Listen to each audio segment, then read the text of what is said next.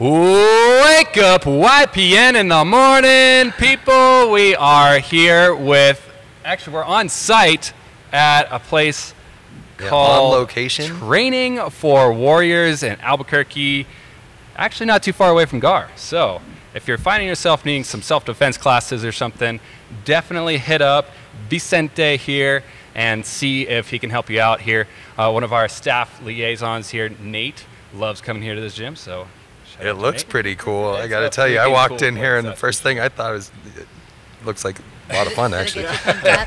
Yeah. Just a little bit of background on Vicente real quick before we jump into our green sheet and Josh's quote and the rest of the podcast. So Vicente is a former APD police officer with a lot of training in the narcotics unit. Is that correct? That is correct, yes. Yes. And currently now obviously owns and operates the gym and instructs for active shooter training courses. And then what else do you have here at the gym as well too? We have a strength and conditioning gym here, so we do weight training 3 days a week. We do cardio and conditioning 3 days a week. We have a cardio boxing class that we have twice a week. And we also have a separate program that's a jiu-jitsu program for kids and adults. Our instructor is Professor William Carpenter. He's a 5th degree black belt in jiu-jitsu. He's been around the area for years. As a matter of fact, I believe his dojo was probably one of the first ones that Albuquerque ever had. Oh, wow. When he first opened it. So, but it's a great class for kids and adults to come in and learn the art of jiu-jitsu. See? Cool. We've been talking about our 7-year-old daughter. I think she'd be great in jiu-jitsu. Oh, yeah. I think she would. She's already pretty rough. And it's a great thing. It teaches discipline, and Professor Carpenter's really big on discipline with the kids. He's got a great knack for them.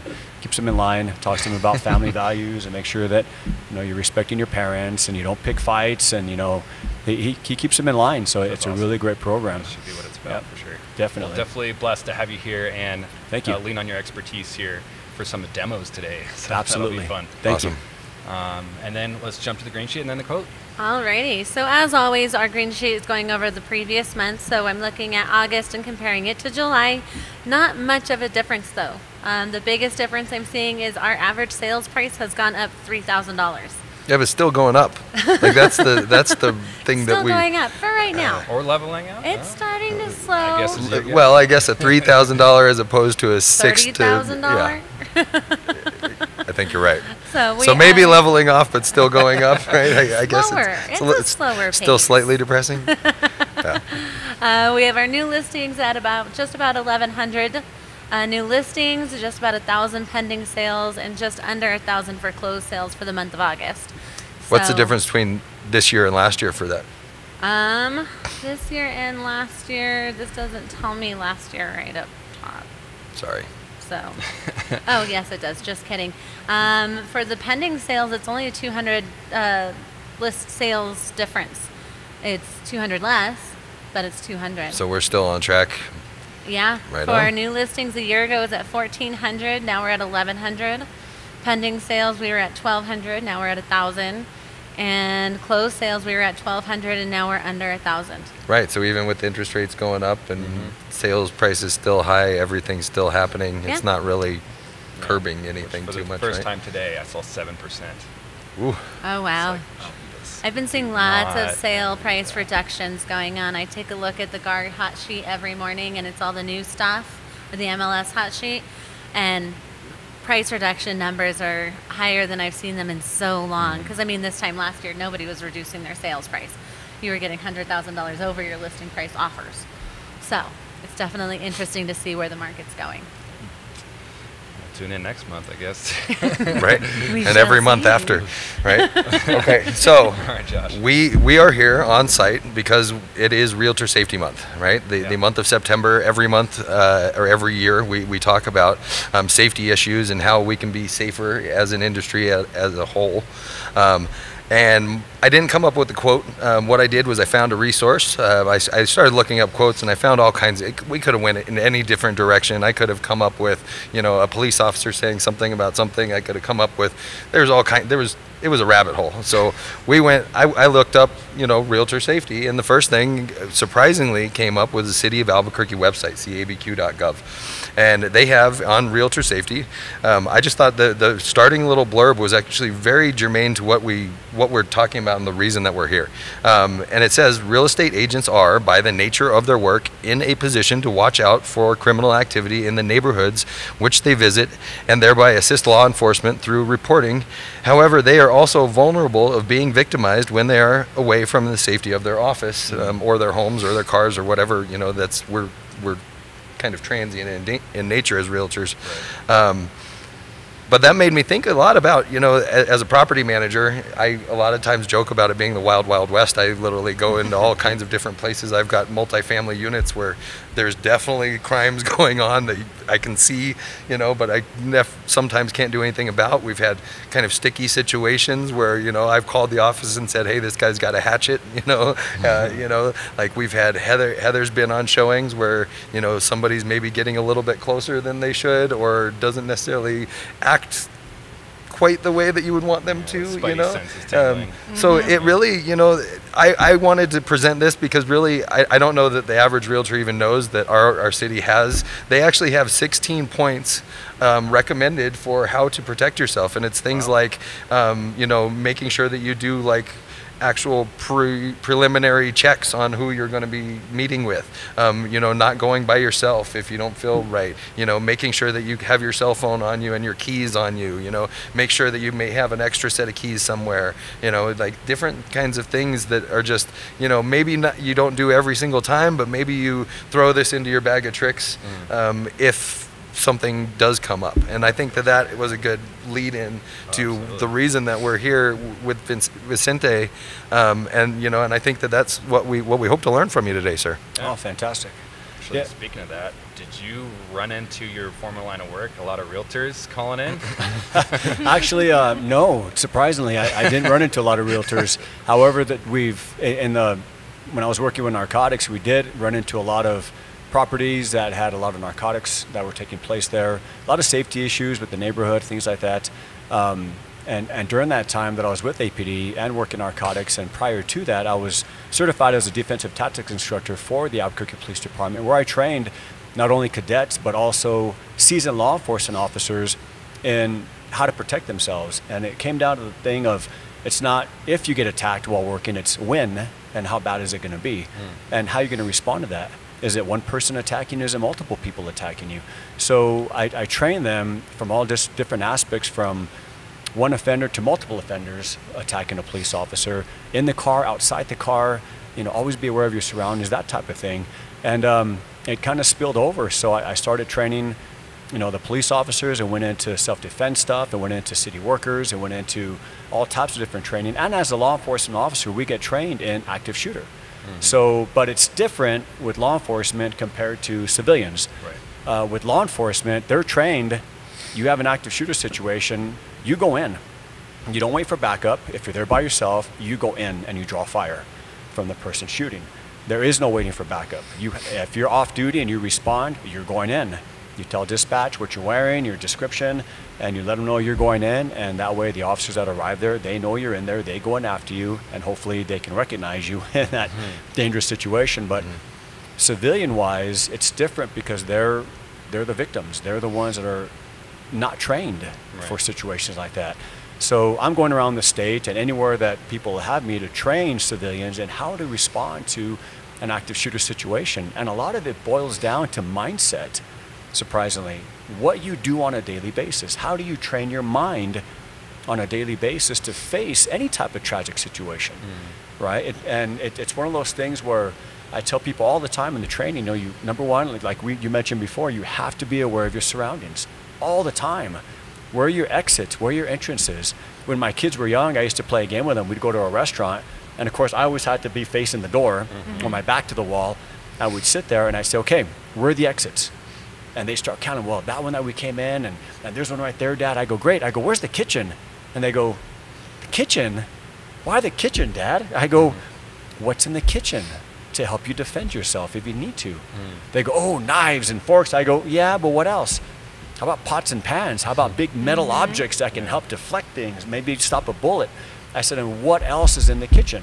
Probably an exit. An exit, right? Exactly. Haven't you ever seen Rush Hour? Exactly. Come on, kids. Right, exactly. So most bigger restaurants, they take deliveries through the kitchen. So there's got to be a door in there, right, to exit out of. So I play this game of see where your exits are, and then I say, okay, now on the table, what on the table can we use to defend ourselves with? Of course, knives and forks, but what else? I go, how about this napkin? And they go, napkin? I go, yes. I threw it in their face, and they kind of flinched, and I go, distraction. Distraction. I said, what just happened to you? You got blinded for a split second, and when you're fighting for your life, split seconds can be an eternity. It can be a very long time. So to be able to distract somebody for a second and a half, that could mean the difference between if you have to close the distance on them, to go hands-on with them to fight, or to turn and run. Now, in law enforcement, when we talk about knife defense, there was a drill called the Tulla Drill, where it tested how far away does a subject have to be as they're running at an officer before the officer can draw his gun out of his holster, punch out the weapon, and fire 2 rounds center mass. So they started testing this years ago. They started at 5 feet. There's no way. The person running at him was on top of them within 5 feet. And usually they were armed with a knife of some sort. Then they extended back to 10 feet. And at 10 feet, the guy with the knife was on top of them before they can get their gun out of their holster. Went back out to 20 feet. And it turns out that the officer was able to get his gun out, draw and fire 2 rounds at 21 feet. That's a long distance. Oh, yeah. 21 feet is a long ways away.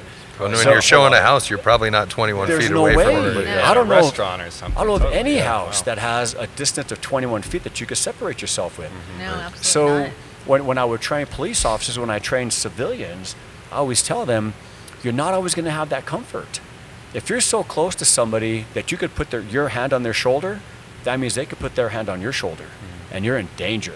Because if that person wants to get aggressive with you, it's going to happen like that. It's going to be split second. I don't care how trained you are. I don't care how good you think you are at self-defense or MMA fight, whatever the case. If you're that close to somebody, they can punch you right in the face, and you just don't have enough time to defend yourself. Right. It's that fast. Yeah. So I always tell people, be aware of your surroundings. Know where your exits are all the time. Know how the distance that you are away from somebody. If you could put your hand on their shoulder, if you're comfortable with them, great. Because I always tell people, if they extend their hand out from their fingertip to their chest, that's what I call the mental red zone. Right? So people that, when you know that a fight is imminent, if I can touch you, you can touch me. That's a danger zone. So I tell people, don't let anybody inside this red zone here. This is, you're going to get hurt area. Keep them away. Now, if you feel comfortable with somebody, we bring people into our red zone all the time. You give people hugs, how you doing? A bro handshake, bring them in for a tight hug, You bring people in, but only people that you're comfortable with. Strangers, people that are maybe you're kind of questioning, keep them at a minimum arm's length distance away, maybe further as you talk with them. Realize how you stand. Are you standing square with your feet square? If you are, you're off balance. It's hard to move front and back. Maybe drop one leg back, which is usually your stronger leg, and get more of what we call a bladed stance. That gives you balance in all different directions to be able to move and things like that. But in order to accomplish these things, we have to have the proper mindset. We have to play these games. I tell my kids, play the what-if game. I tell citizens, play the what-if game. What if I walk into this place and this happens? What if that happens? What if this person does this? What am I going to do? Have a plan wherever you go. And it doesn't take a lot of time. I've had people tell me in self-defense classes, man, Vicente, you live a paranoid life. And I go, well, wait a minute. I go, you can't tell me that when you walk out of this building that the society out there is all sunshine and roses. I said, we live in a very violent society. And if you don't have a plan for something that could happen, you're going to end up being that person that's in the deer in the headlights. You're going to freeze because you don't know what to do. But if you take a few moments, play the what-if game, make a plan. If this happens, I'm going to do this. If this happens, I've got this. Give yourself a couple of scenarios. Then relax. Have a good time. You at least have a plan just in case something happens. So that's very foreign to people because people go out and... I hear a lot of...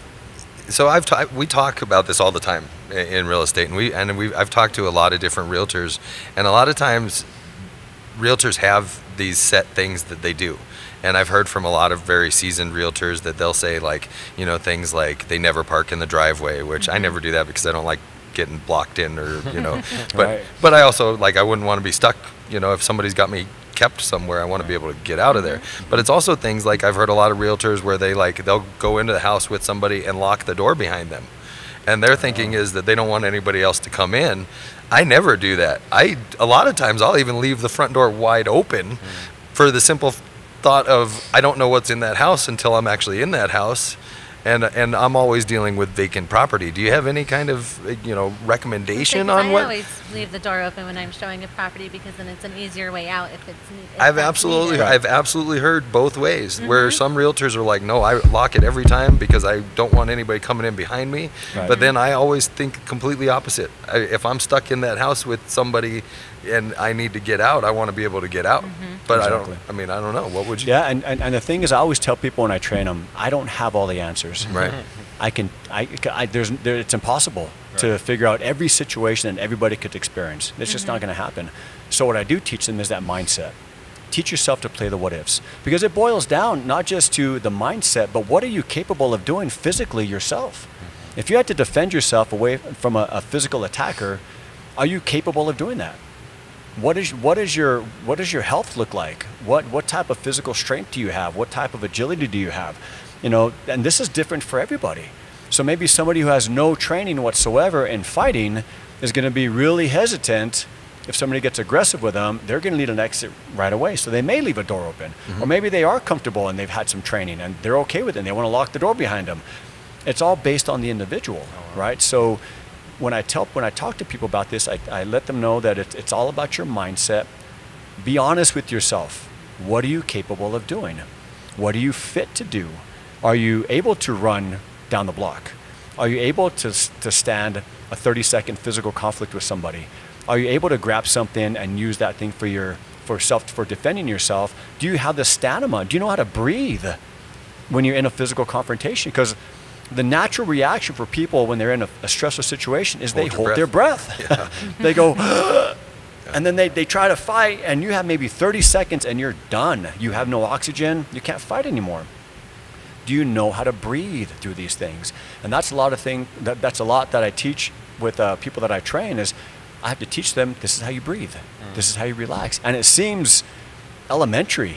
Like breathing's a natural thing. It's so important because you have to train yourself to relax in a stressful situation. And I ask them, how do you relax? And they're looking at me with this blank look like, I don't know. I go, breathe, exhale. Because when you exhale, your body naturally takes in good oxygen. So if you focus on breathing, your body kind of relaxes, you take in good oxygen, and you can move.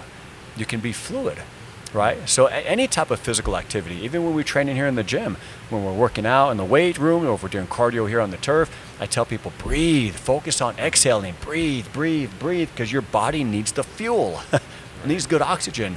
When you're in a physical confrontation, it's the same way. You have to be able to breathe. And it doesn't matter how you breathe, you just got to make sure you're getting that air in and out. Yeah. That's so true. One of my old climbing partners used to always yell up the wall, keep breathing.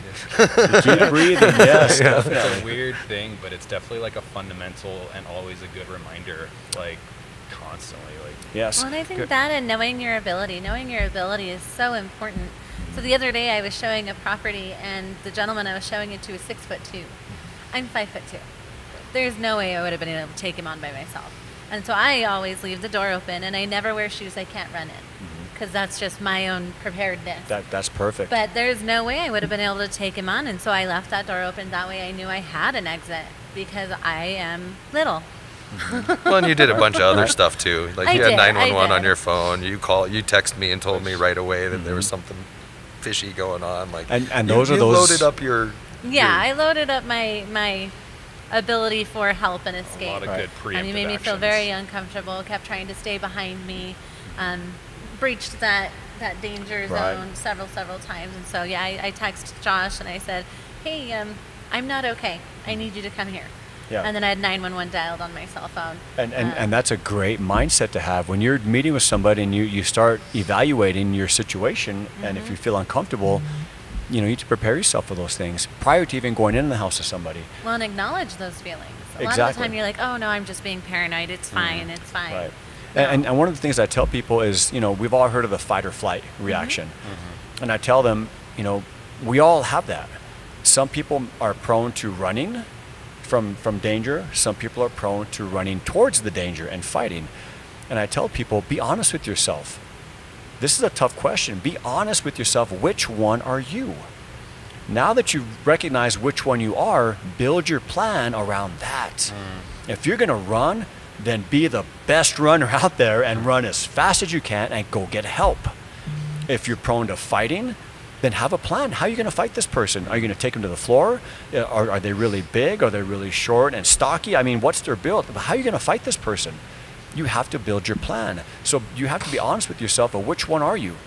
Because we can't all be fighters. Who's going to go get help? Yeah. So there's no wrong answer. There is no wrong answer. That's interesting. It's based on the individual and having the plan. Wow. Playing the what if for the type of personality that you have. Devise your plan.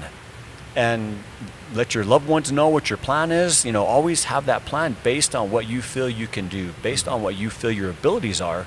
And somebody asked me in my last training, they said, well, what if you've never fought anybody before? What if you just physically don't feel like you're capable of hurting somebody? And I tell them, I said, people that attack you, they have one agenda: to hurt you or to kill you. And I tell them, think about the people in your life that you love the most, that love you the most, what they want you to get hurt. And keep that in mind when you go into these situations, because when push comes to shove, regardless if you're fight or flight, when push comes to shove, if you have to defend yourself and you have those things in mind of who loves you and who do you love, you can bring out the crazy if you have to. It's important. Well, and that's Everybody something- has the crazy inside of them when it comes to surviving something. Yeah, that's something we've taught our daughter. As Josh has mentioned, we have a 7-year-old daughter, and we've told her, somebody tries to hurt you, you fight. You fight as hard as you can. And she's like, but I don't want to hurt them. It's like, no, you hurt them as bad as you physically can in every area of their body. Exactly. Well, and be she has the mean and keychain vicious. owl or whatever. A couple of years ago, we had a demonstration at. Keychains. Okay. Yeah, we had a with the demonstration at GAR, and it was those knuckle keychains. I got them for all the women in our office. And of course, our daughter saw it, and instead of it being a cute little cat, it was a cool looking owl for her. Right. But she, right away, she's like, I'd get him in the throat, and I'd get him in the eyes, yeah. and I'd get him, All the other soft spots. Yeah. And I've told people, especially in an active shooter situation, I tell them, I said, begging for your life does not work. They're there for one purpose, and that's to kill as many people as they can kill. So if you plan on begging for your life, that's just empowering these people. And that's what they want. And then they're going to execute you. So begging for your life doesn't work. So when it comes down to, if you have to fight, have a plan.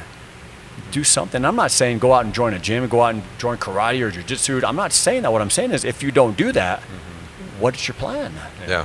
What plan do you have? Well, there's a lot of realtors who preach, like actual either concealed carry classes or, like things like that where they, they'll have little keychains or, this talks about tasers. having like a Kubotan or mace or something like that. And, and like, I don't necessarily always know whether situationally some weapons are right or wrong or whether you need them, and my fear is, you don't want to have a weapon where it's going to get turned against you in some way. Exactly. That's so I don't want Heather necessarily to go rolling in somewhere with like pull out a club or something and all of a sudden get clubbed because she can't wield it the same way that, I don't know. Yeah. I mean, and that's the thing with weapons. And I always tell people, anything that you bring to a fight can be taken away from you and used against you. So the question is, that's great to have a concealed carry. Awesome. I encourage that. My belief is let every good citizen have a gun. Then the bad guys don't know. Everybody's got a gun. I'm afraid to rob anybody. Yeah, you better be. You should be. However, if you have a concealed carry, how often do you train? Have you gone through a weapon retention course to teach you how to hold on to your gun when somebody's attacking you? How often do you go to the shooting range? How often do you do types of drills where you're close quarter and you have to draw that weapon and maintain that weapon? If you have an owl keychain, how often do you train with it? Can you switch hands with it? Can you fight with somebody with that on your back? or them standing or in a confined area. How often do you train with that? If you have a club or a baton, great. How do you wield that? How do you keep that in your possession so it doesn't get taken away from you? So these are things, sometimes people think, well, I got a gun. That's great. How often do you train? Well, I don't really go train. Then having that gun could be a liability to you. Right. That's my rule of thumb for just being nice to people in public. Just assume everyone's got a gun, and then absolutely, yes, absolutely. That brings out the respect in New Mexico. That can be a thing. I'm not about to get in a fight over somebody cut me off or whatever. Screw that. That's exactly. Not worth it. And I always tell people, fighting should always be the last option. Nobody wins in a fight. Nobody wins, because even if you come out ahead and you win the fight, then 2 weeks later you get a summons to go to court. And you're being sued. Did you really win the fight? Now money's got to be forked out of your pocket to go defend yourself. Now you're broke. Did you really? Was it worth it? Yeah, you didn't have that GoPro exactly. You don't have the chest cam or whatever. Right, exactly. So did you really win a fight? Right. So I always tell people, fighting should be the last option. However, if you're pushed to that point, then it's time to fight. What's your plan? Yeah. What are you going to do to survive? And survival is a big thing. When I teach the active shooter class, I always ask, my first slide is the word survival. And I said, what does that mean to you? What does that mean? And some people say, well, it's living, surviving like a life-threatening thing. I said, great. What are you surviving for? The next slide is, what's your why? Why do you do this? Do you ask yourself why? Why do you go to work? Why do you pay bills? Why do you want to survive? Why do you love this person? Why do you ask yourself these things? Question everything. And because I tell people, I said, if you don't have a big enough why, when a stressful situation like this comes up, like an active shooter or a tragedy takes place where you're stuck in it, if your why isn't big enough, you may fail because you don't have enough to fight for. So find out what your why is and keep that in mind all the time. When I first opened up my gym, I had this guy come in. He's probably 6'2", 6'3". He was 320 pounds. And he came in, he goes, hey, I was referred to you by one of your students. I go, great. I go, what are you interested in? He goes, well, I'd like to do some personal training with you.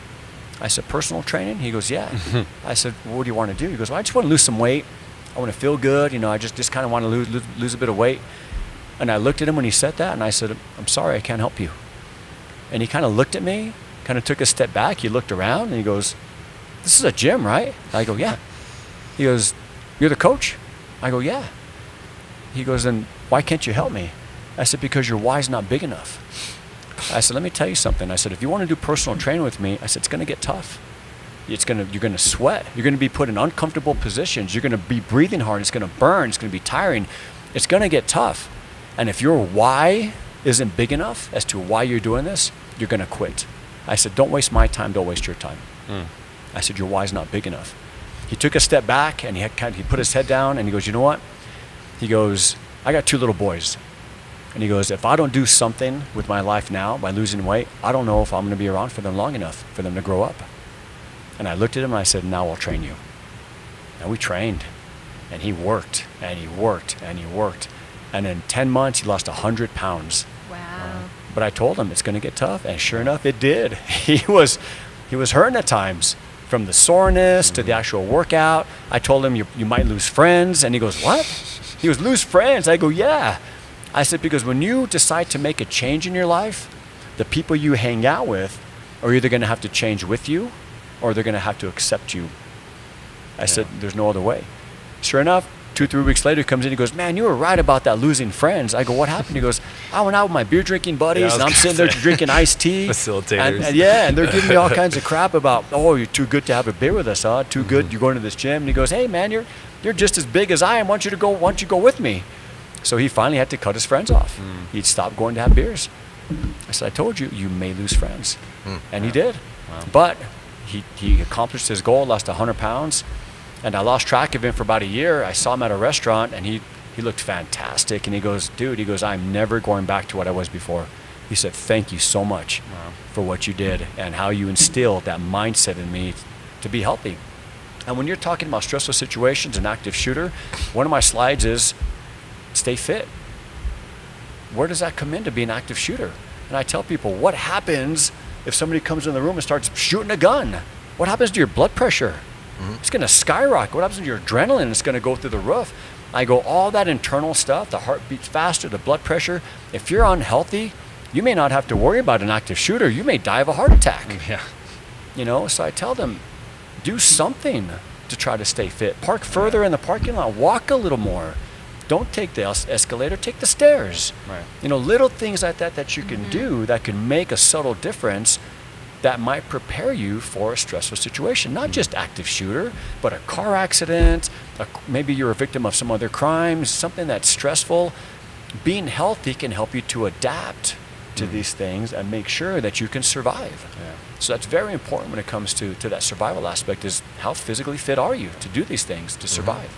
Well, you said adapt, so real quick, I wanted to talk about something you said right before we went on air was reacting versus acting and stuff like that before we start going to because I want to see these demos and stuff like that. Yeah, and so have you talk about that. Yeah, so an action is always faster than a reaction. Yeah. Reactions are always 3 steps slower. And that happens when you get too close to somebody. That's why I say, I don't care how good you think you are. If you're too close to somebody, you're going to get hit. There's really nothing you can do about it because the brain doesn't work fast enough to react in that, split seconds when something's coming at you. So in this demonstration, I'll demonstrate that reaction versus action type thing. And I spoke to you guys before that I was able to demonstrate this in a court of law. I was brought on as an expert in police use of force, and I did this demonstration with Nerf guns within a packed courthouse full of police officers. And I used a prosecuting attorney because there was an officer that was being prosecuted for being too heavy-handed. And I did this demonstration with the prosecuting attorney, and it dropped everybody's jaw in the courtroom. They were just amazed at how quickly something can happen, given the circumstances. But it's a real thing, and I use that in self-defense classes, and I demonstrate that. I demonstrate it in the active shooter, to where we don't want to be on the reactive side when we're defending ourselves. We want to be on the action side, to where the bad guy has to react to us, because that puts them in the slower state and us in the faster state, and that helps to defend yourself better. Right.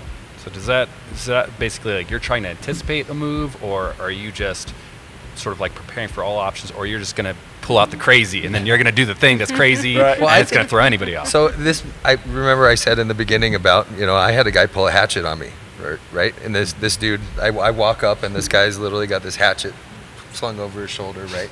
And my first thought wasn't, oh, what am I going to do if he swings that hatchet? My first thought instead was, I'm going to have to take that hatchet from that dude and kill him with it. Right. And that was literally that was the only thing that I could think, because the last thing, which I don't know if that, I guess in my situation there, that was correct. When I was telling one of my friends about it, he goes, "Are you kidding me?" And I'm like, well, what am I supposed to think? I'm not supposed to, I'm not going to walk up and go, "Man, I sure hope he doesn't use that on me." Right. Instead, my thoughts were, I may have to take that from him. Well, how am I going to get that from him? And I was already planning it. Nice. But I stayed away from him too. Right. And as soon as I kind of told him who I was and talked him down, it de-escalated. But it was interesting, Wow. Well, there's this misconception in defending yourself that you have to wait for someone to attack you first before you can defend yourself. And that's wrong. Right. That's 100% wrong. I talked about that mental red zone, the fingertip to the body. If someone's been aggressive with you and they start approaching that level where they could touch you, you could touch them, and a fight is imminent, you can attack first to put them on their heels, because you can testify that and attest to that something's so fast, if you get too close, there's no way out. You're going to get hit. So better you attack first in self-defense, because this person's coming at you. You attack first to take them by surprise.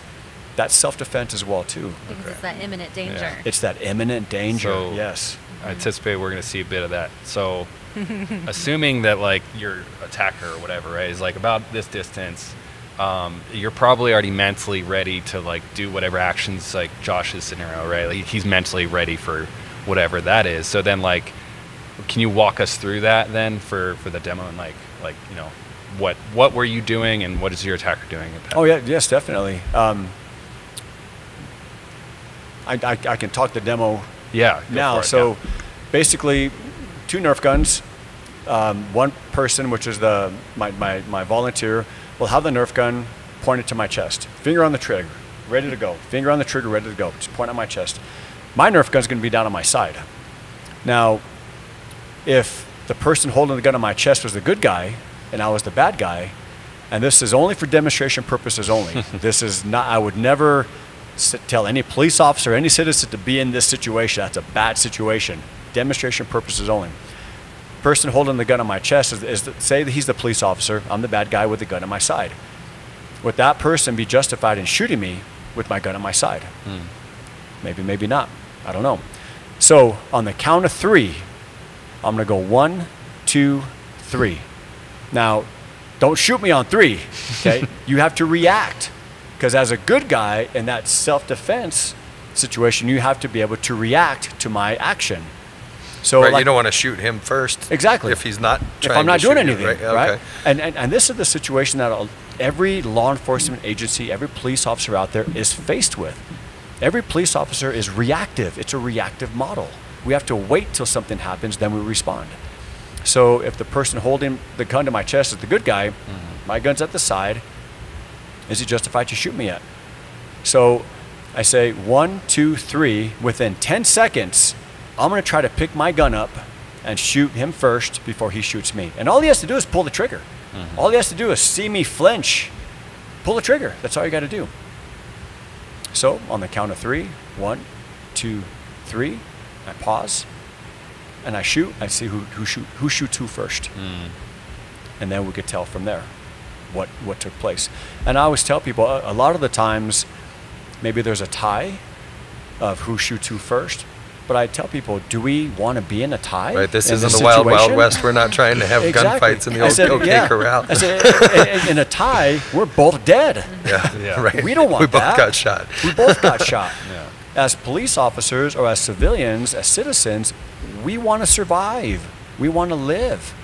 So now I reimpose the question, my gun's at my side, good guy has a gun on my chest. Is the good guy justified in shooting me? And people have to make that determination based on the demonstration. And it can even go from bad guy has a gun to his head. Police officer has a gun at their chest. Now what? Because the gun can go from my head straight to you, like that. I could be going, I want to kill myself. No, never mind, I want you to kill me. And all of a sudden you're put in a situation, do I shoot, do I don't shoot? Right? So this demonstration is done that way. And it goes, not only that, but it goes to, you could go with hand-to-hand combat. You can go where bad guy has a gun to your head and you're within reaching distance of it, his finger's on the trigger. I can reach up, take the gun away before he even pulls the trigger. Because my action is faster than his reaction, which is his finger pulling the trigger. But it has to be done smoothly. You have to be relaxed because you can't take a gun away if you're tense and you do it because you can't move. You've got to be able to breathe and be fluid in order to move quickly. Does that principle also hold true with, like, if somebody has a knife or something else, like something to hit you with, or a hatchet? Absolutely, knives, hatchets, and you're that close. Those are very dangerous weapons. I've done some knife defense for police officers. I've done some knife defense with civilians, and I always tell them, if somebody pulls a knife and you have a gun, shoot them. Don't let them get close to you. I've seen horrible things. I was a bar manager downtown for many years, and people pull out box cutters and and you can't even see the stupid little thing, and all of a sudden your guts I've seen people get horribly cut in very short amounts of time. And almost not even knowing that it was coming. Exactly. And I tell people, I said, you could pull up knife defense on YouTube and see all these instructors going, okay, if the knife comes down this way, you're going to X block, you're going to turn, take the knife away, and I go, don't do that. That's just going to get you killed. Don't do that. Geez. Someone pulls a knife out, get as far away from them as you can, grab a chair. If they're attacking you, grab anything you can that's going to stop that blade to start striking back at it, and try to get out of there. Wow, okay. Away from them. I don't teach take the knife away. It just doesn't work. And there are instructors who have dedicated their lives to knife defense and trained years and years and years on how to defend themselves against a knife attack, and they'll tell you, you're still going to get cut. It's going to happen. So in my mind, on the lines of like action versus reaction, I'm thinking, like, if somebody's like even just barely outside of like my arm's reach. I'm like probably going to try and use my leg as and like maybe kick as I'm doing that. As you're talking about, like back up and get something heavier. Yes, any distance. Longer. I tell people in self-defense, distance is your friend, except an active shooter. If you're forced to fight, if you're barricading yourself in a room and the active shooter is coming in and there's no way out, there's nothing else you can do, it's time to attack. It's time to fight. It's time to take the fight to the shooter, because they're not expecting that. They're not expecting people to close the distance on them. They're expecting people to run and be able to shoot them at will. An unopposed attacker takes as many lives as he possibly can. But once that person comes out and they display a gun, if they get attacked, they have to reevaluate. Mike Tyson has a great quote. Everyone has a plan until they get punched in the face. Right. That is, and that's so right, true. Tyson. I've been punched in the face so many times, and my plan had to change. That didn't work. See, I should have talked to you before I came up with my quote. That was perfect. Yeah, totally. When you get punched in the face, you have to step back and reevaluate. I'm going, is this really going to work? I just got punched in the face. Yeah. And you have to reevaluate. And I give the example. You know, we've all unfortunately have heard these high school shootings have taken place. And if you think back to high school, passing period, people in the hallways, getting their lockers and their books, if an active shooter goes in there, first shot that rings out, if you can imagine every student turning and just attacking that person, swarming them, how many lives could that have saved instead of people running? Yeah. But also, here's the reality. It takes one person to jump. It takes one courageous person to close the distance. Because as people, we're social animals. We want to be part of something. So if one person jumps, there's bound to be another person to jump in to help. And then another person, and then another person, and then another person. We all want to be part of something great. Mentally, hey, I'll go jump in. I want to be a part of that. I'll jump in too. Yes. Well, and it's the same if everybody runs too, right? Yeah, exactly. People run and panic, then everybody's going to run. But it takes that one courageous person. And I ask people in the class, who's it going to be? Think to yourself, who's it going to be? Is it going to be you? Are you capable of doing it? Can the first responder, can the first one to act, can they be hurt or killed? Yeah, they can. That's the risk. Who's it going to be? And that's such a scary thing. We've talked about that. Like, that's why, like, if we're talking about going to like huge events with our kids, it's like your job's to get them out. Exactly. You know, my job would be to attack, and it would be you to protect. buy some time. And I, you know. Well, so I emotional. think that's a great segue. There's an acronym out there, right, for actions to take for active shooter drills, right? I know the military teaches. Can you share with what do you have that on hand? Well, so there's certain trainings that there's an ALICE training. That's the acronym is ALICE. And for the life of me, I'm not going to be able to tell you what that is. Okay. But it's geared towards ACT and I forget the rest of them. But the one that I teach, and it's all based on run, hide, fight. There you go. Those are your options. In an active shooter situation, you have three choices. And I tell people, in a perfect world, I want everybody to run. Everybody get out, get as far away from that person as possible. Call the police, let the SWAT team come in, let them do their thing. Take the guy out. Everybody run. Unfortunately, we don't live in a perfect world. Some will run and get out. Some will be left behind. Some will get stuck. Then what do you do? Well, now you have to hide. How do we hide? We have to be aware of our surroundings in our office. Wherever we are, we have to be aware of our surroundings. Where am I going to hide? And what am I going to use? What's the difference between cover and concealment? Cover is something that could stop a bullet. Concealment is just hiding. You can hide behind a shower curtain. That's concealment. That's not going to stop a bullet. So in your area, what in your area do you have that's cover that can stop a bullet? Let's hide behind that. Can I barricade the door? Does my office door lock? Is there a window that has blinds I could shut? Turn the lights off. Stay quiet. If an active shooter has to work to get into a place, they're going to bypass it. Because time is of the essence for them, because the longer time they have to spend in there, the higher the risk of them getting caught. They want as many casualties quickly so they can do their thing. So if we can lock doors, barricade doors, how do we hide? Hopefully they'll bypass us. If we can't hide, or if we're in an area that doesn't secure, or we can't barricade a door, or we do, but the active shooter's still coming in, and it's imminent, you have no choice. The shooter's coming in, it's fight or die. How do we fight? What's our plan to fight? What's in our surroundings can we use?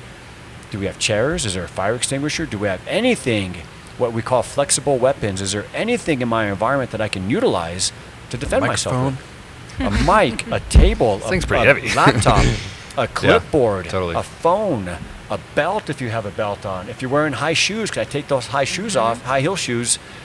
When you hold them, what are they now? They're stabbing instruments.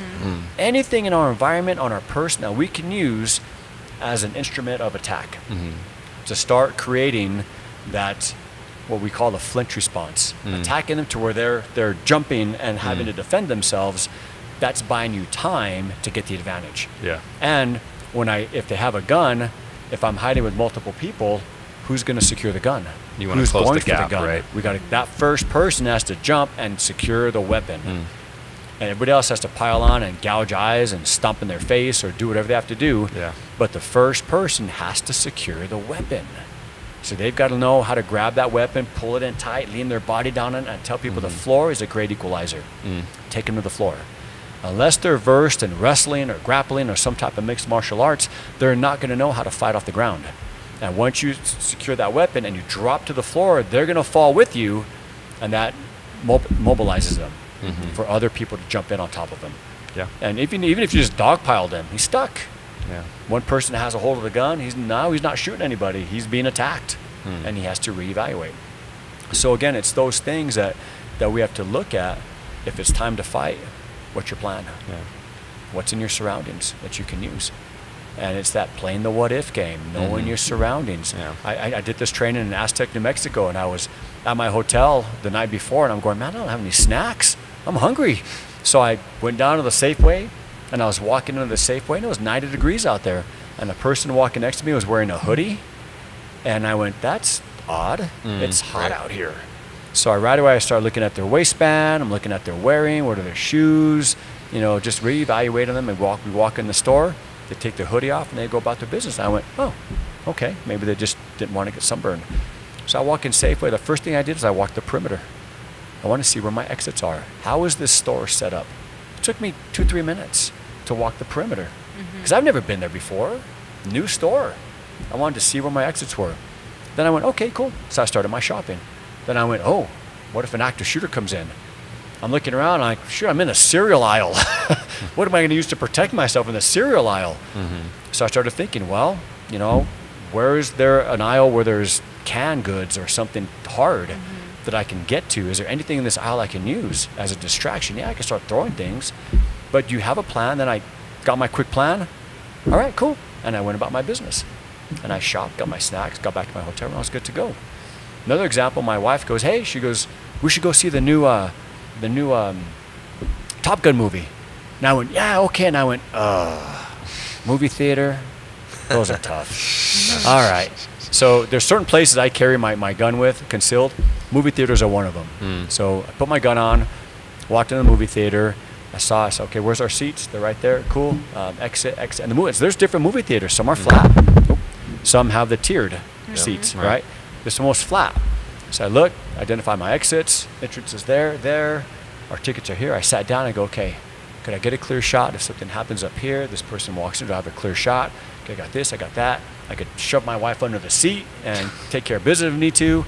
Or, we can get people out. I put my plan together, sat down, enjoyed the movie. Loved the movie. Had a great time. Yeah. Really good time. It didn't stop me. It just took me a couple minutes to make a plan. Once I had my plan, I was able to relax. Had a great time because I know if something happens, it's fresh in my mind. I know what to do. It just takes a few minutes to devise a plan, play a couple of what if scenarios, and then enjoy yourself, right? Even sitting at a restaurant, I don't know if you guys can see how I sit now. My leg's kind of halfway off the chair. It's just habit. I sit that way in case I have to move really quick. It's very rare that both my feet are under the table and I'm scoot in. I feel too like I can't move. Right. I've got to have one leg out just for mobility purposes, just in case.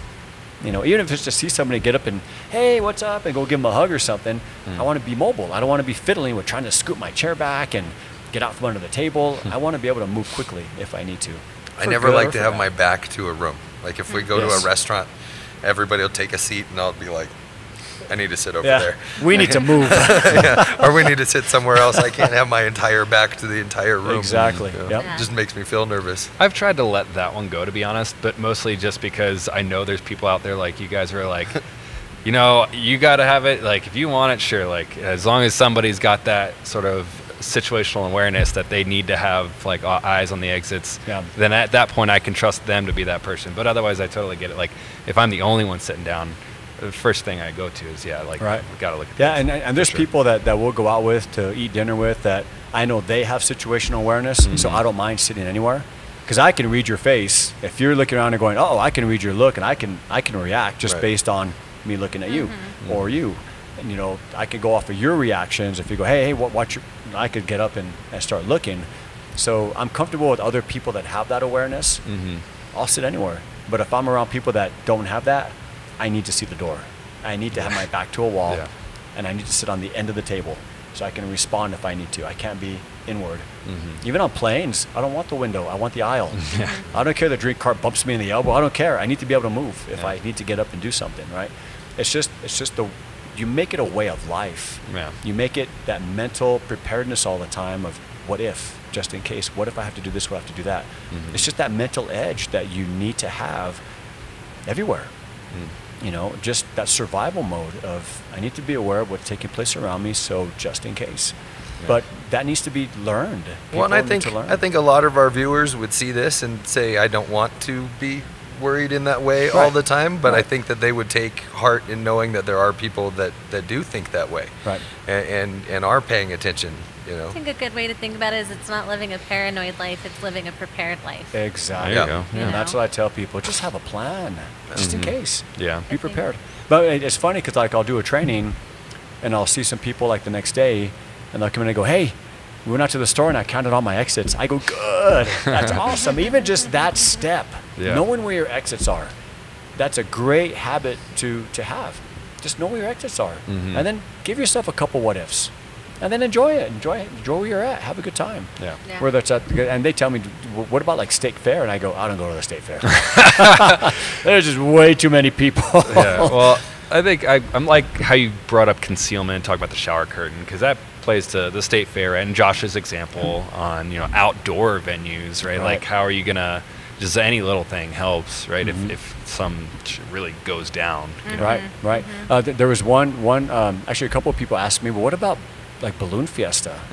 Where there's just wide massive open. open space. There's so many people. I go, "Yeah." I go, "That's tough." I said, "You need to evaluate where you are." I go, "Balloon fiesta. You can see those balloons anywhere from the park. Yeah. You don't have to be right in the middle of nowhere, surrounded by a bunch of people." I'm thinking getting a truck. Yeah, you could see that by the Somebody's food truck. balloon is trucked. Yeah, you can see that by a truck. You can see it. You can hang out by the food truck. I love to eat at Balloon Fiesta. I'll go sit by the food trucks. At least you have something solid that you can hide behind, or you have a clear shot of where's my car, and then the parking's a mess.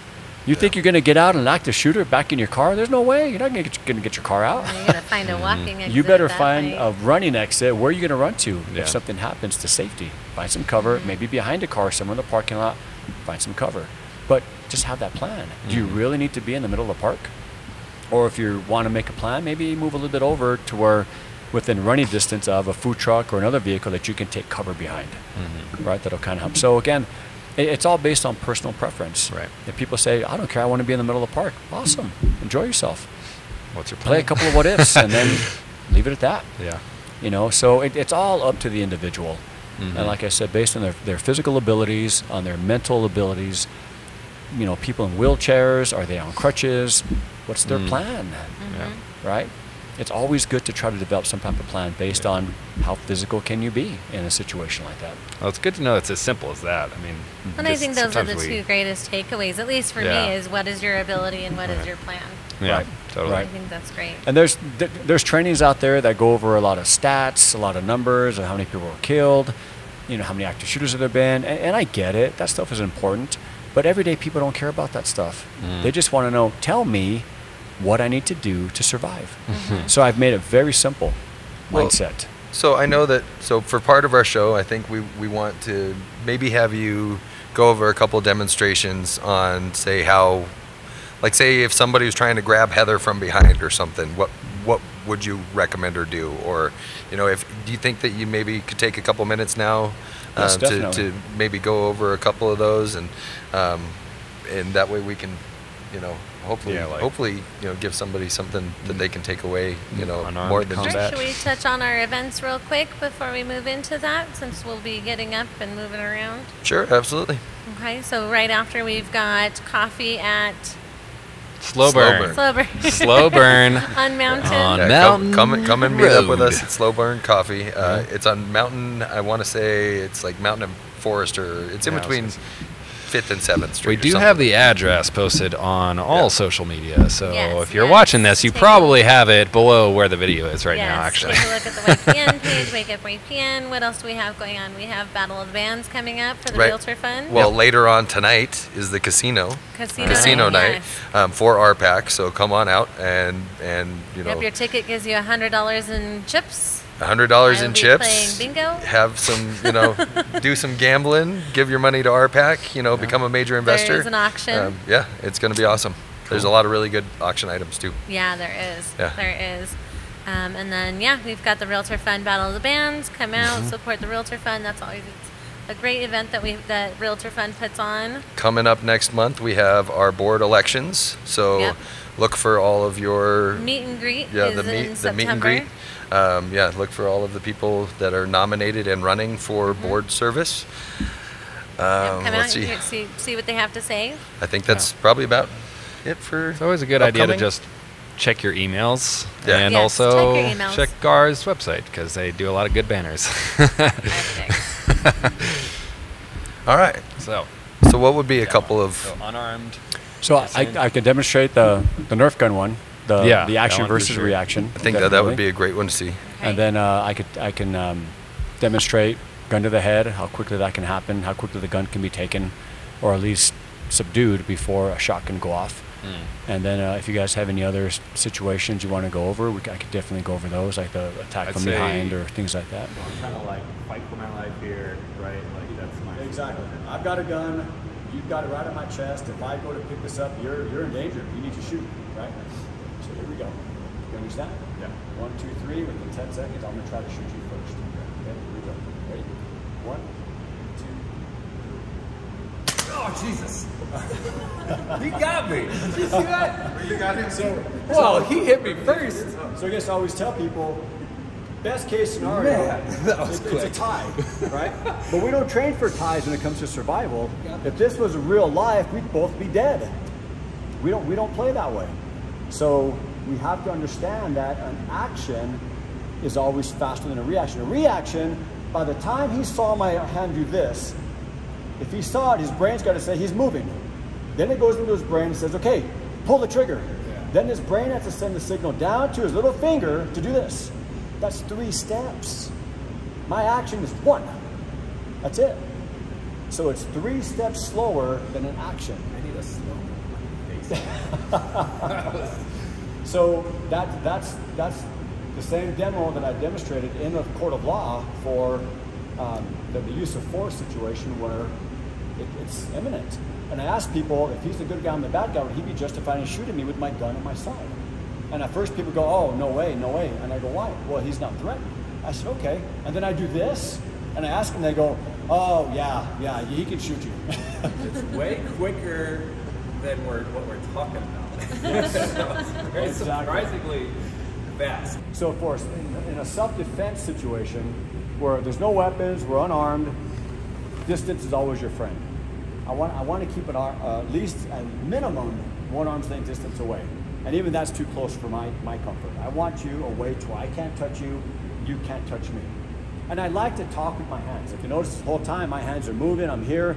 I'm never like this with my hands in my pocket talking to somebody, or like this, because it takes too much time to go from here to here, even just to defend myself from an attack. My hands are always here talking. If you notice how I'm standing in a bladed stance. It doesn't have to be like this. I need to relax. I don't want to be standing like this where my feet are square. I'm off balance, front to back. In order for me to move, I've got to be able to shift my weight, and that takes split seconds, which can be vital when you're trying to defend yourself. So I like to stand even just slightly with my feet bladed, and my hands are in on top. I can talk like this. I can talk like this. As long as my hands aren't tied in, I can move better. So even if I cross my arms, I bring my arms in a sense to where I'm kind of cupping my arm, and I'll talk this way. I can still defend here really quick. As opposed to if I'm locked in, she attacks, my first instinct is to tense up. We all do that. As people, we tense first because we get scared, but then you have to learn to react and relax to get your arms to move. So if my hands are tied up and I get tense, I've just trapped my arms. I can't move my arms now. If I'm here with the arm on top, I get tense, I at least come here, this arm can come up. Now I can block, I can start moving. I can attack her. If I'm here, I can attack. And I throw my hands out. And I always go for the eyes. Someone's coming at me, a friend of mine was talking to me about this, and he goes, you know, what's your favorite move that always works? And I go, really? My favorite move that always works? And he goes, yeah. And I go, you want me to show you? He goes, yeah. I said, okay. So I'm standing there, and I always teach this, hands up. Because you could go anywhere in the world and do this, and what does this mean? Back away, right? I could go anywhere in the world and do this, and what does this mean? Let's fight. So I'm always here. So okay, so I'm talking. He's been aggressive with me. He comes in, I poked him in the eye, and he goes, ah! And he backed up and he goes, no, like your favorite technique? I go, I just showed you my favorite technique. It always works. And he goes, I said, what just happened to you? You were blinded for how long? 7 to 8 seconds? Because you couldn't see, I just poked you in the eye? I could have done anything to you in 7 to 8 seconds. If I start to close in aggressively, start throwing your hands out there. And I don't mean doing this with 2 fingers. Because we all know you just do this and it blocks it.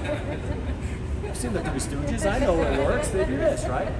I threw all 4 fingers out there. One of them's bound to land. Even if you get nicked in the eye, it's still going to cause that flinch response to do this. Then you can work on running away or fighting if you have to. So get your hands up. Okay, one hand's in front of the other. So if this is your lead hand, it's almost like a jab. Okay, but your hands are open. One stay right. Right-handed. Switch your stance. That's okay. Switch your stance. So your right hand is your power hand. Yeah. That's the strong one. That one goes back. Okay, your front hand is your kind of like your jab hand. So stay relaxed, and all you got to do is this. Yeah, go for it. Good. But I want you to go. Yeah, make the noise. Good. Making the noise is for a couple of purposes. As you exhale, you're forcing yourself to breathe, to relax, yeah, right? I did hold my breath. You hold your breath, well, I know. As I said, breathe. Exhale, that helps you to relax, okay? Also, as you exhale, it kind of tightens up your core. Fighters, they'll breathe every punch, because not only does it help them to breathe, but it prepares them for that counter punch, to where they don't get the air knocked out of them. Right. Yeah, your core's tight, you get counter punched, you're okay, right? But it helps you to breathe. And it helps you to stay relaxed. The more relaxed you are, the faster you are. And with these nails, we want to go right for the eyes. That's one of the main flinch response areas is the eyes. Hit them in the eyes, it's going to back them up to do this. There's your escape route. And if you play the what if game and you know your exits and your entrances, you're going to know where to run immediately. You don't have to waste time looking because you already know. You already looked at your situation and you know where to go. So if I'm attacking from behind, okay, even if I went around the neck here, one of the lessons I learned from my instructor who taught me a lot of stuff is always face your butt kicking. Always. If you're facing it, you have a chance to survive. If you turn your back, you have 0 chance. So we need to turn and face. So as I go to attack here, okay, what you need to do is I immediately drop my level, I drop my hips down, get a lower center of gravity, because what you don't want is to be picked up and carried away. So I drop my center of gravity to stop that. If I start to be picked up, I'll take a leg and I'll hook behind it, right? So if I grab, you hook, and now I can't pick you up because your leg's hooked on my leg. You become really heavy and there's no way I'm taking you out from here, right? That's gonna stop it from being picked up. Now, any way you can with elbows, start swinging, nails coming back. You can even drop your head down and lean your head back. That's probably gonna hit me here. anything to create space to where you can start to turn and face me. Now your weapons come in. Yes, because we want to breathe, right? Now your weapons come in. So always face your butt kicking. Someone attacks you behind, lower the level, turn, start attacking, turn to face so you know what you're fighting. And start throwing those fingers out there. And you've got leg kicks and you've got elbows. And I always ask people, how many weapons do you have to hit me with? You have 2 hands, you have 2 elbows, you have 2 knees, you have 2 legs to kick, right? You have a head, and you have a mouth to bite with. You have a lot of weapons. So as you turn the face, you need to utilize those weapons. And it's a self-defense situation is never done with 1 strike. Multiple. Somebody attacks you, I always tell people, if somebody puts their hands on you that you don't want them to, there's a price to pay for that. A severe price. Nobody is allowed to put their hands on you unless you allow them to. If they do, there's a price to pay. So now another way to demonstrate the reactionary gap. Okay, take the gun, put it to the head. Okay, from here.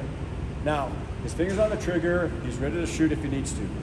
Now, I'm going, oh my God, please don't shoot me. Now, when you feel it necessary, go and pull the trigger, but not until I move to attack. Okay, so I'm going, oh my God, please, please, please, please don't shoot me.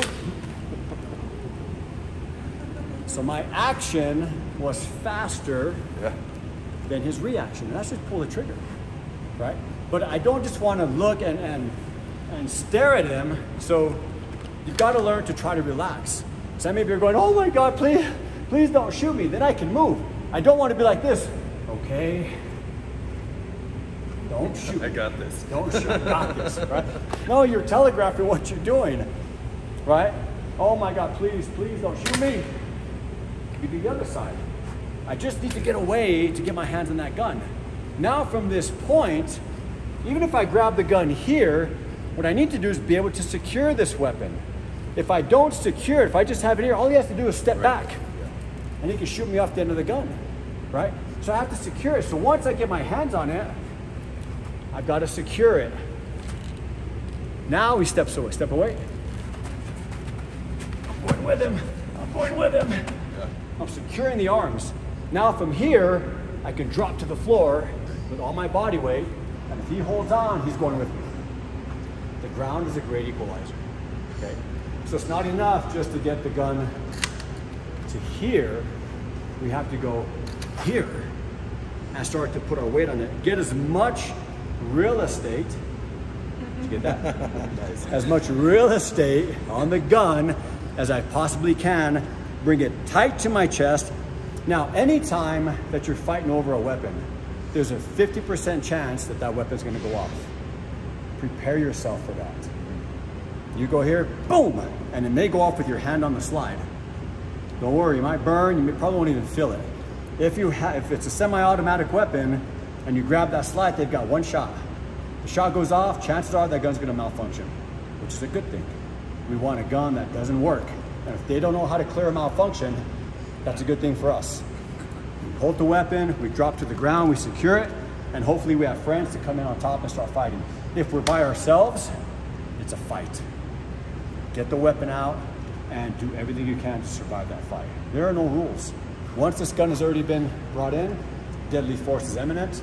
There are no rules in deadly force. Even if you have a cinder block, pick the cinder block up and hit him over the head with it.